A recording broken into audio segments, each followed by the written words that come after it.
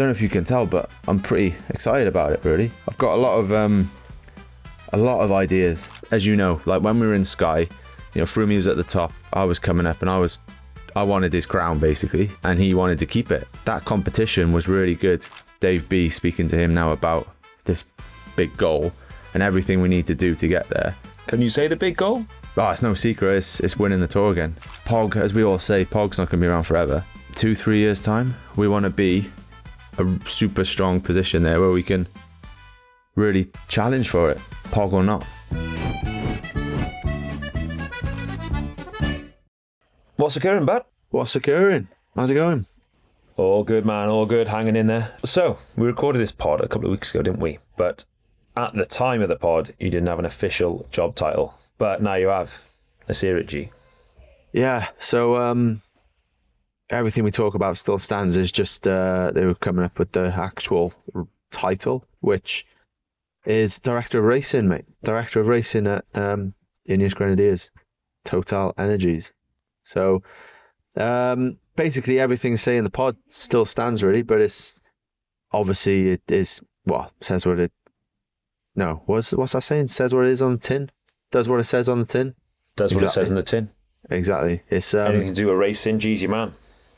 Yeah. And it's, as I say later in the pod, it's about bringing all my knowledge and experiences to it, but it's bringing a bit of different dimension to the coaching, the DSs, bit of involved in selection, that type of jazz. So I'm excited, mate. I'm looking forward to it. It's after being involved in high performance for so long, to just step away and just be dropping Max to school, can't be doing that, can we? So it's I'm really excited. It's a big change. Like, it's weird not having that thought in the back of my head. Like, I've got to ride my bike now. I need to do a few lessons on the old computer, mate.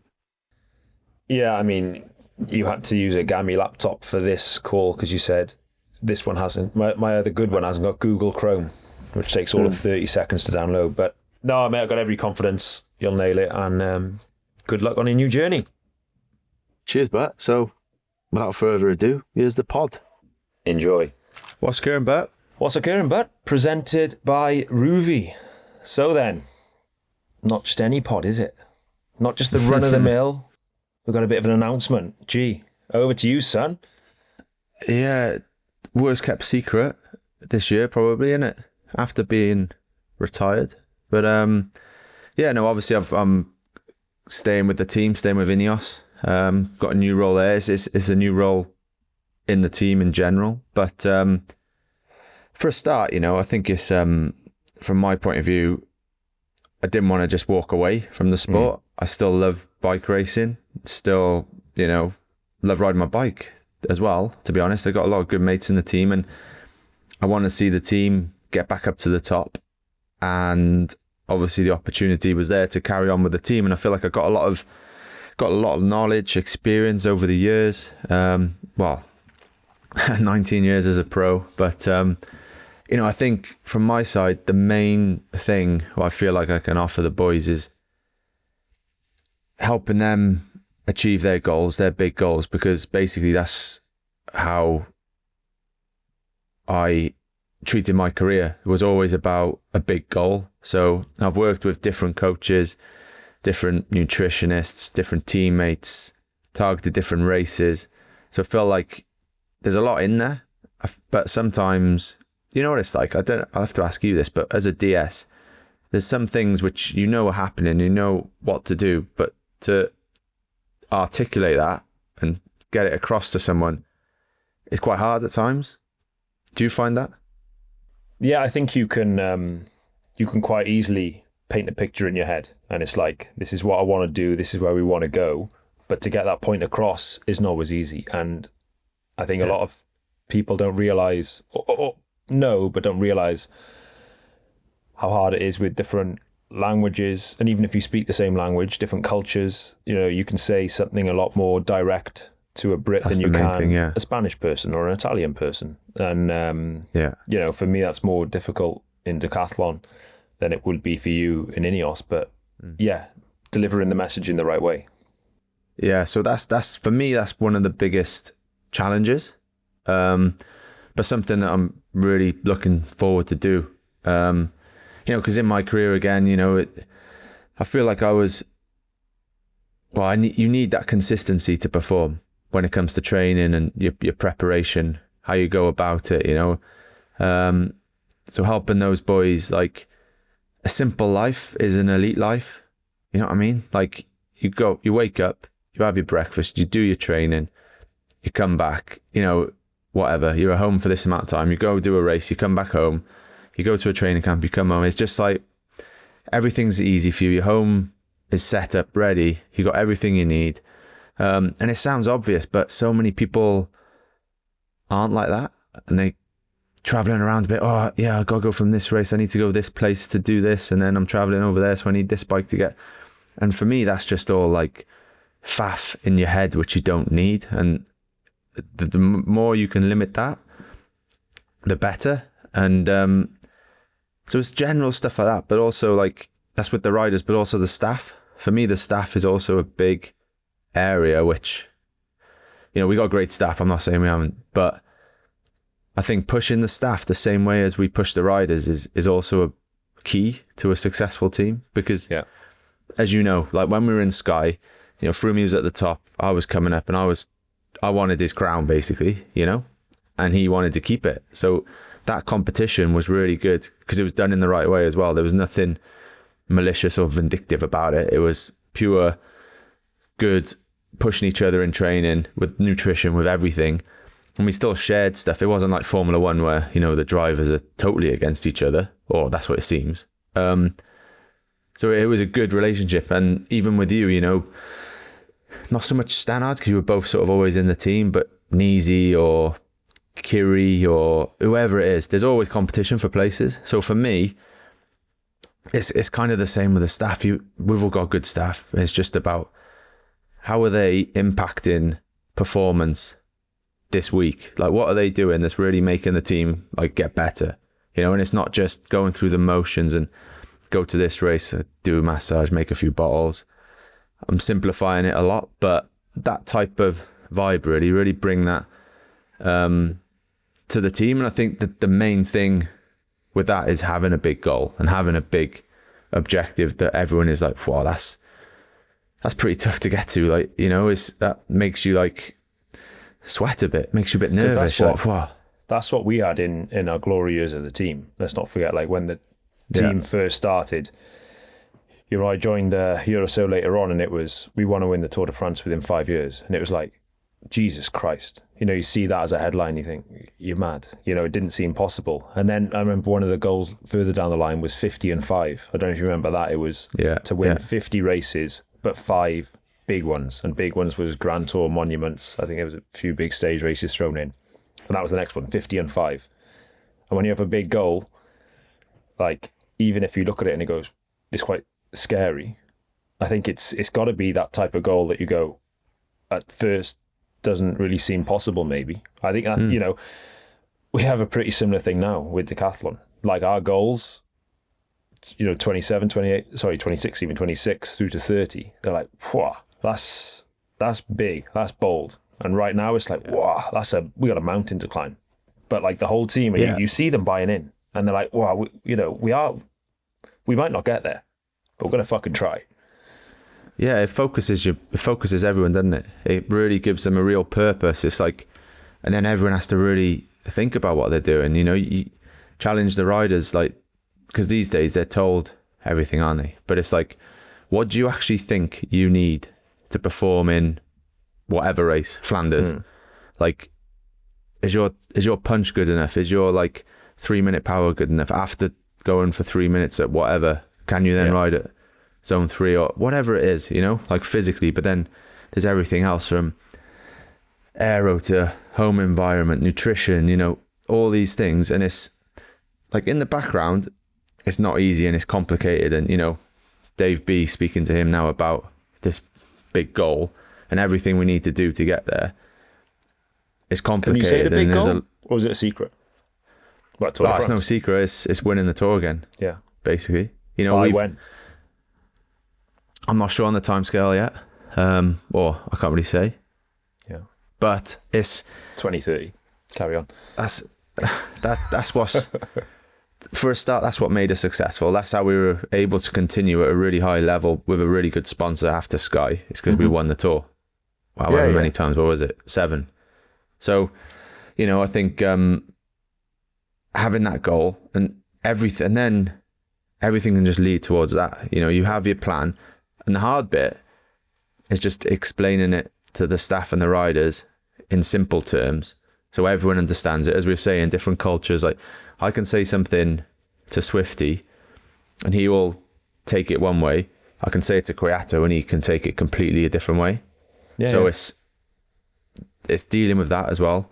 But the main thing as well, like from my side, is just, I feel like, setbacks, and I don't know if somebody's got a bit of a niggle with their knee, or, they got to deal with the doctors and they don't feel like they, I don't know, listened to, or they start doing some like extra bits on the side that they don't tell their coach about or whatever. I feel like I've got that relationship with a lot of the guys where hopefully they can be honest with me and maybe speak to me more openly than they would somebody else in the team or anyone else in the team. And I think that would also be really beneficial, because obviously they it's that trust element as well. If they tell me something, I'm not just going to go straight to that guy, and unless they want me to, I'll keep it to myself and I'll try and help them solve the situation. Or if they want me to speak to, I don't know, Dave, or they want me to tell this guy. And so I think that will be a big part of it as well, is that relationship with the guys. And then just as a team in general, I've seen so much over the years, and it feels like a great time for me to just, you step back with the senior management and whatever, look at the team. It's like a fresh start, it's like, right, okay. There's been a lot of talk about transition, teams in transition, blah, blah, blah. Transition's over now, mate. Like, we're going here. This is what we're doing. There's no more. Transition's almost like, it's an excuse. We're not performing. Mate, I think we're transitioning. I was going to say that the team's been in transition for 3 years, and I think it is a bit of an excuse. It's another way of saying we can't win the biggest races anymore, and we're still searching for the guy who can. So we're just going to say it's transition until we find that guy who can. So I like that. Yeah, and to be fair, it is a change, and there has been transition for sure. But what I mean is, it's not like we can't just keep talking about that. Sometime it just has to have happened by now, and it is. That's where we're going. And but you look at any sport like Sky. We were, when was it, from 2012 to 2019? We were smashing out the tour every year. We didn't win one in that time. And I think you look at anyone like the Patriots in NFL, Man City now in football, the All Blacks. It's just that sport, and things come round in cycles. Oh yeah. And for me, like, obviously UAE are top now. Visma were kind of there for a couple of years, but then UAE have overtaken them. And UAE are incredible at the minute, aren't they? But for me, it's about really, this is the start now. Like, we're heading there. That's the goal.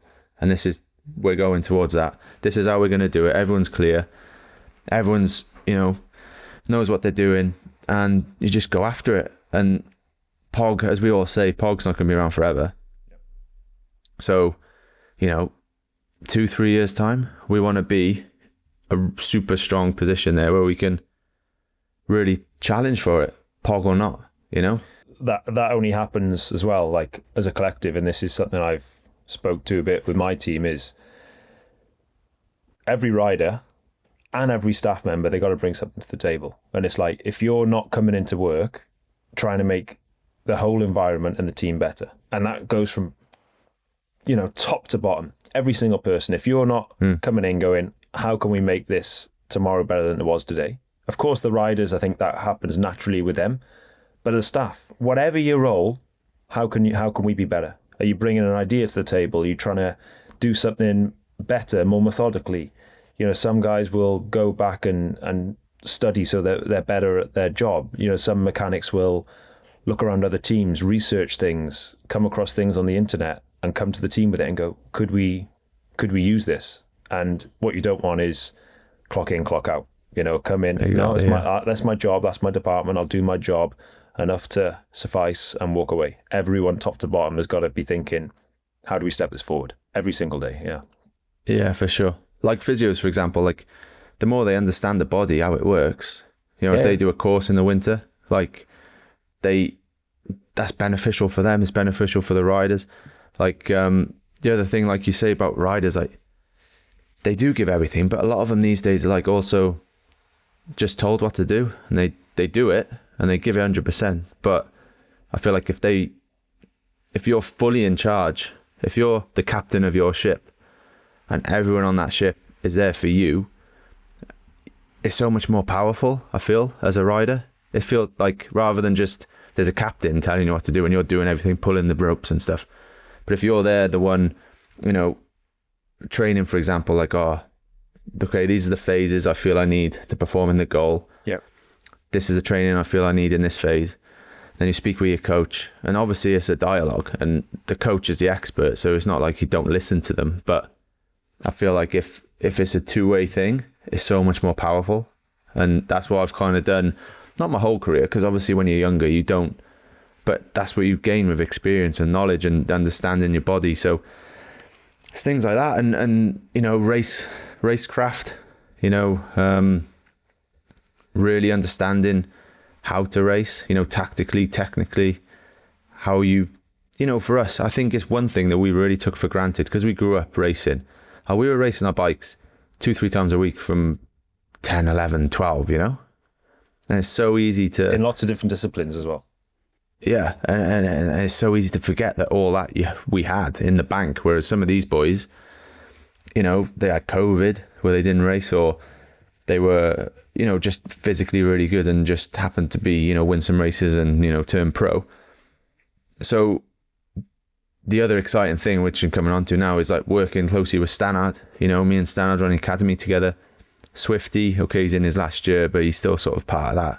Yeah. And I think like now, we're on the academy together, turned pro together, did the biggest races in the world together. And now we're kind of in that next phase now of in charge of the team, like having a big influence on the team and the running of the team and ideas. And so that's super exciting as well, working with them. And then, yeah, really getting that, trying to coach the boys, not just like training camp now. We've started calling it like performance camp or race prep camp, however you want to word it, but it's not just about physically bashing out the watts. Like racing is so much more to it. Like we know, look how strong the fields are these days. Like so many guys are just watt munchers. It's unbelievable. Like we said the other day about, what's his face? The American guy now at Lombardy.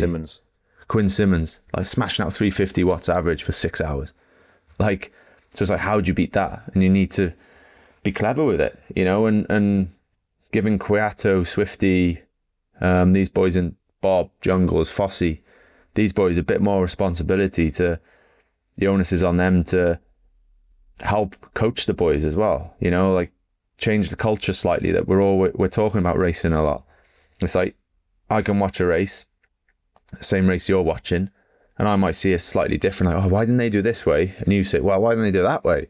It's like, oh yeah, okay. Like, both might be right, but if you can broaden your knowledge, and like, there's more than one way to skin a cat, isn't it? And I think if the more you talk about it, the more ideas come out.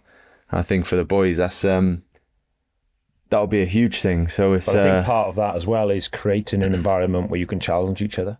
Like 100%, yeah. To me, that's key, and I think that's where we got there as a team when we were at our peak. Is we weren't afraid to call each other out. Like I'd be, if I f***ed up, I'd be the first to put my hand up and go, actually, I made a wrong mistake. But if I thought I did a right decision and someone else didn't, they'd call me out, and I'd call people out, and we'd all call each other out. But you have to create that environment where you can call each other out. Like, I'm a believer you can say, in that working environment, you can say anything to anyone as long as it's put forward in the correct manner and in a constructive way. So, exactly. Yeah. But that won't happen overnight. Creating an environment where you can challenge each other is tricky. And like for me, I've come into this team now, Decathlon, and it's like, I'm not quite there. I haven't created the environment where I can fully challenge people, because you have to know people. Otherwise, you can just piss someone off. So it takes time, and that's you can't just come out and say, right, we're gonna challenge each other. We're gonna say it as it is, and just you got to have thick skin, but you got to create that environment where people can take a bit of criticism, make it constructive criticism, and go, right, okay, so that wasn't perfect, but how do we make it better, or how do we make it perfect? So that's also something that happens over time as well. Yeah, and don't get me wrong, it's not like we're starting from scratch, as you say. Like, we did it in the past, and it's still done. It's just refining it, and like, we have these capture sessions that are really good. We call them capture, like a debrief after a race. Yeah. And we do them after every stage, no matter what. And they're good, but it's just about the fine tweaks, isn't it? It's that evolution, really. It's like every year, if you keep doing the same thing and expect to get a different result, what do they say? You're a maniac, or whatever the word is. So it's like always just constantly looking for those improvements. And so I don't know if you can tell, but I'm pretty excited about it, really. And I feel like I've got a lot of ideas, a lot of things, but it's like Dave keeps telling me, just slow down, just, take your time. It's like one step at a time. Like, we're doing this first and then we'll go. So I think that's also a really good part of it's not really part of my job, but it's just learning off Dave, listening to him and understanding ways about doing things, observing a lot of the management calls, and not, calls about sponsors or, I don't know, some random commercial thing, but it's all just learning and knowledge, and looking at how they deal with it, and good and bad, because it's not like they do everything right, but that's life as well, isn't it? It's like there's a saying: the guy who learns the most is the quietest man in the room. So sometimes you can, go in a million miles an hour like a pit bull, and you can go right, boom, boom, boom. But actually, sometimes, and it's something I've learned, sometimes you just sit there, take in, observe, listen, watch, and go, and suddenly it just hits you. Wow, okay, bam, bam, bam, and you see things, you notice things, and if you're it makes sense. The quietest man in the room learns the most. So it's a balance. You're also not employed to sit there in the corner like a melon. But I remember Tim Kerrison, mate, when he joined the team, it was like, this is Tim Kerrison, new coach. So, right, okay. And he was just there, like everywhere. He was there, he was watching, observing, listening. And after like 6 months, I thought, what's this guy doing? He's just like a spare piece of furniture. Next year went, bam, this is what you're doing wrong, this is where we're going. Then there's also on the road as well with the boys. And that'll be good. Going to the races, the big races. Not like I'll be going to them all, but you're going to have to like be quite, specific with it. And there's obviously, as there's that saying, everyone's equal, just some are more equal than others. That's how it is, isn't it? Like with the riders, there's obviously your big boys that are, paid the big money to win the big races. That's what your team's success is hinged on, those top, 6, 7 boys. Because then, so sorry, just to butt in. So how many races will you go to a year? How many days are you looking like race days? Or you don't really know? I'm not sure, to be honest. It's a full-time job, but when it comes to days on the road, there's no specific amount. But, I'm staying here down in Monaco until September. So, getting to the start of Tirreno is pretty easy. End of Paris-Nice, San Remo, for sure, some of the classics. The Vuelta starts here, doesn't it, next year? Obviously the Tour is obviously the big one. Dauphiné, Swiss. So it's kind of, and when that's all got to be looked at. But sorry, I'm going to dig into this now. When you're on race, what are you doing? You go to Tirreno. What are you doing, mate? Or you don't know? It's more the observing side, but I think it's more also just being there for the boys, just to chip in a bit of, like, I say wisdom, but, if I see something and it's just like, oh, how about just this or that, and so it's just that as and when, just piping up a bit, but kind of go in the car for a day. Yeah. Make sure you go in the car. No, mate, you'll learn shitloads. Oh yeah. Honestly. Yeah. 100%. First race you go to, get in the car. But yeah, no, it's a whole new side, isn't it? Like, I'm sure you'll tell me now, but it's like, well, I know anyway, but as a rider, it's simple, isn't it? Like, really, compared to the big picture of the big team. Like, and there's so much other things that happen. So it's like Tim Kerrison. It's going to races and 75% is just taking it in, observing, obviously still chip in, still push the DSs or the Swannies or the riders.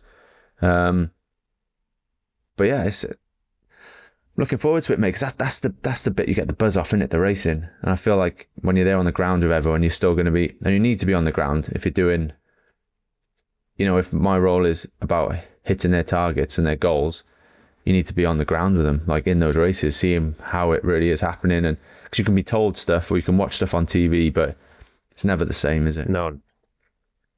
So then recruitment as well. Like, I'm not signing guys or sacking guys, but being in the room in those conversations as well, which will be that's opened my eyes. Like, I've been involved with a bit of that already, and it's not quite as simple as that guy's good, just sign him. Like, he wants to come, like, it's a big jigsaw. Like, everything has a knock-on effect on it, and same with rider programs. I think that's going to be the biggest, like, not that I'm doing it, but seeing the behind the scenes with that, as you will know, like, you take one guy out, who comes in, what does that affect the goal of the race, or does that affect the leader, and all this type of stuff. But that's, mate, I've been working on rider programs all morning for the early season for the Classics guys. It's not even for the whole team, it's just looking at that Classic squad, and it's exactly that. You take him out there, you can do that instead, and it's like dum, dum, dum, dum, dum. Every action has a reaction. It just like snowballs, and then and then I move him, but then that, and it's like when you try and fit in training camps, even the knock-on effect of, he's been to China this year, so how long's his break, when does he come back, when's he ready to race, not January, February. It's just it's a minefield, it really is. Yeah. And then some people will crash and it'll all get f***ed up anyway. Yeah, February all goes to pot anyway. It all goes to shit anyway. I got COVID and I got bad knee. Bollocks. Yeah. But I've had a few calls with some of the boys as well already. Josh, Magnus, a few of these guys, Timon, and so that's been good. It's kind of like, I just said to him, look, well, we still got this relationship and mates, but then this is the start of the new one, and it's been good because I feel like they've been honest with me and opened up about some stuff as well, which the team definitely wouldn't really know, which is good, because that's what is going to improve them. So yeah, mate, it's an exciting time. So looking forward to getting into it. But mate, I can. It's quite nice hearing you just trying to sit back and let you talk, because you can tell how excited you are, and you barely come up for breath, have you? It's been, but that's excitement, and I think you have guys in these big roles in teams who have been there year after year, and it can all go a bit beige, and the monotony of day to day. And I've done this for 20 years, in some teams, and I think actually bringing in a bit of fresh meat in a senior role, I think it'd be great for the team. So, just in simple terms, where do you sit in the team? So Dave's running the show, and then there's a group of people, or is it, or you're just coming in from the side, or where are you sitting? Yeah, I'm in that sort of senior management team. Yeah. So I sit on those calls and stuff, and then, but it's not like I'm there. Like a lot of senior management, corporate style, they're there and everyone else is below, and stuff gets lost on the way up. You know what I mean? In general. But I kind of see that role, and Dave and the team as well is just kind of, I'm in this on this table, but I'm also like down there and up here and just floating them around, and just sort of that. Your where's relevant, because a lot of it, like at the end of the day, it's just a title, but a lot of the stuff, the comms, the sponsors, the certain things, it's just it's a really important person with a big job, but actually it's nothing to do with me. Yeah, exactly. Yeah, and the most important thing for me is like the boys winning races, and like having everything that they need set up as they want. Well, not, a want and a need is different, but like having them just really buy into it and really go after it. And then when you see them hopefully perform at the end of it, like that's the exciting bit. And then having this big goal of like trying to win the tour again. And it's just like, right, how are we going to do it? And that's what you're a bit like, You know, Don't the know, only thing but- I'd say there, maybe it's me sticking my nose in, but just to be wary of from my side is you can also give a rider too much. They also have to think for themselves. Like, you know, if you say, right, what do you need? We'll put this in place. We'll give you this. Bam, bam, bam. It's like an example. So I'm looking at recons now. Right, when are we going to do the recons for certain races? Some races we don't do recons. You know, it's a busy old block during the classics. Do you want to go race, recon, race, for example? But also, you know, we're thinking, when can we fit these recons in? But also, I'm just going to say to the riders, you know the parkours. They've been the same, give or take, for the past 10 years. Yeah, the parkours aren't out for the next year for the classics. But give or take, you know, the parkour for E3, the parkour for Flanders. Just go and do it whenever you want. We're not racing for 6 months, 5 months. Most of you are in Belgium and Holland. You know, if you live elsewhere, if you live in Denmark or you live in Nice, just get a flight and go over. I'll go over, I'll fly over, I'll drive around with you if you want, but also just go ride on your own. Just go get an Airbnb for a week. You know, like, the parkour's there. So don't turn up to race day and say, oh, I wish we did another recon, because you got 5 months to do a recon. Do whatever you want. You got December training camp. You're riding your bike for the whole of November.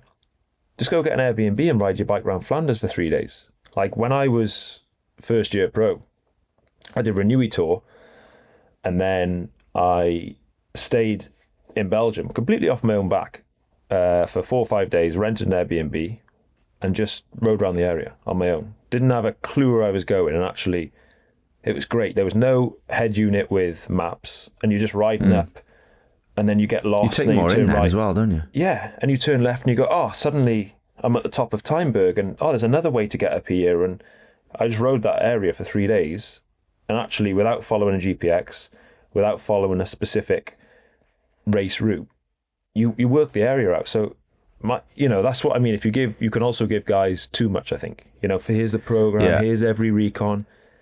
Just go and ride the roads, boys.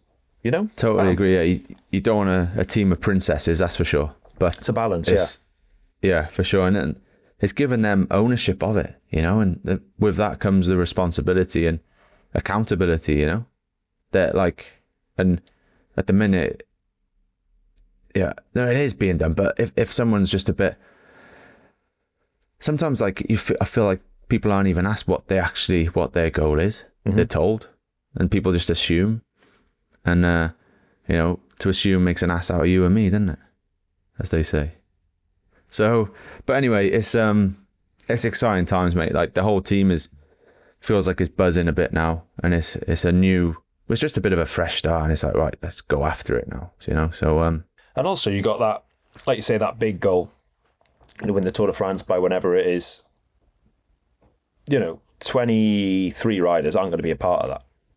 You know, 22 riders aren't going to be a part of that. So there's also filtering the goals down. So for some young lad, it might be, my goal is to get a contract next year, or to win a race, or to get selected for a classic. But whoever you are, top to bottom, every 30 riders, if you're not realistically part of that Tour de France goal, what's your goal? Where do you want to be in 5 years? Maybe that goal will be a slightly lower level. Maybe it's to go ride the Giro and support in the Giro or whatever, or win a Giro stage, whatever it is. But I do think every rider needs a goal. Yeah, exactly that. And even though that's the goal of the team, there's a lot of goals along the way in there. There's a lot of, like, you know, classics, or just winning more regularly, like the team just becoming more and more, you know, more of an influence in the races again. And, you know, there's a hell of a lot of stuff to get there. You know, it's not just one, and it's never linear, is it? It's not just like, oh, that's where we want to go, that's what we're going to do. Like, when Sky started, it did happen pretty quick, but yeah, doesn't mean that's going to happen again. It's going to be bloody hard, but it's, yeah. I got 2 questions to wrap this up. Mm-hmm. What's your goal? My goal is to develop as much as I can, you know, gain more and more responsibility in the team. And yeah, just grow in this role, really. Second question, are we going to keep on podding? Well, this is where I announce that I'm retiring from the pod, mate. All right, see you later. It's been a laugh. No, yeah, of course. Like, I'm still going to have time to do some pods, and we'll still be as honest as ever when it comes to talking about racing and things. And you know what, it'll just change slightly, won't it? We're still involved in the sport, just from a different perspective now as well. So I think it's going to be interesting, mate. Like also with, you know, me with my role, DS in decathlon, yourself in a different team. I've been in that team. There's got a lot of crossover, but there'll be a lot of differences. We'll see things in different ways. You know, this is our approach, that's your approach. It'll be interesting. I think we'll have to try and get, you know, current riders on as well now and then, certainly in some of the bigger races, get some real, you know, insider info and how the rider sees it. I think it's going to be interesting going forward. Yeah, mate. Pod's going to keep getting better, mate. Yeah, Lord. Onwards and upwards, mate. I think this has been one of our best pod. Just to put it out there, there was zero script. We just said, just talk about G's, G's job, and that was class, mate. Very interesting. I always thought you were a bit thick. You actually come across quite smart in that. Yeah. Well, there we go. We all learned something today, didn't we? Yep, there we go. G's a clever man. Hang on. What you get in your A levels? Was it AAA? No, A and 2 Bs. Oh, I oversold you there. I thought you, yeah. I knew you were clever, really. Still decent though, mate. That's solid. But yeah. All right then. But well. All right, mate. I'll catch you soon. Yeah. The pod again. Lovely job. See you later, bud. Ta-da. Ta-da. Ta-da.